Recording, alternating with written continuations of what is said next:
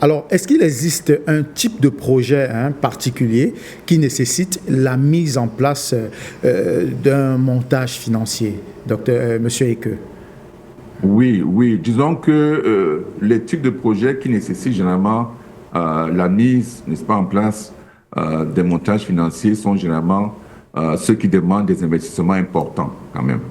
C'est-à-dire que des investissements qui sont souvent à long terme et donc qui comportent, n'est-ce pas, des risques potentiellement élevés.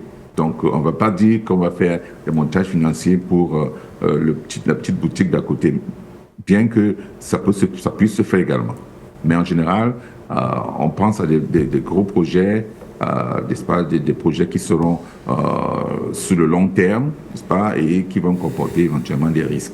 Alors, généralement, on parle des projets d'infrastructure en général, c'est-à-dire les constructions de routes, de ponts, n'est-ce pas, des aéroports, etc.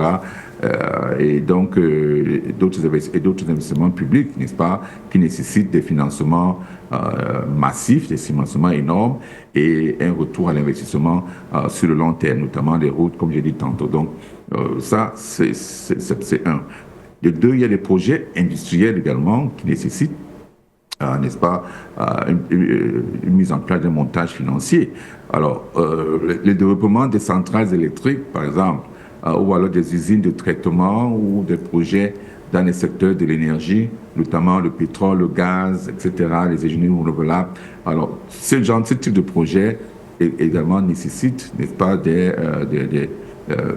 montages financiers, parce qu'effectivement, ils sont lourds, ils sont, n'est-ce pas, généralement, ce sont des projets structurants pour la plupart du temps.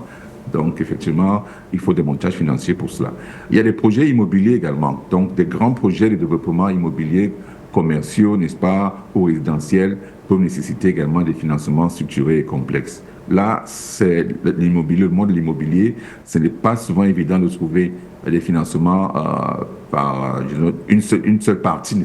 C'est rare de trouver qu'une seule partie finance ce type de projet financier, surtout des grands projets immobiliers.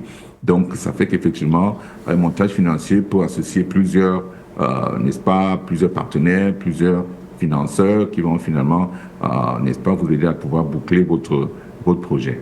Et il y a des projets de télécommunications.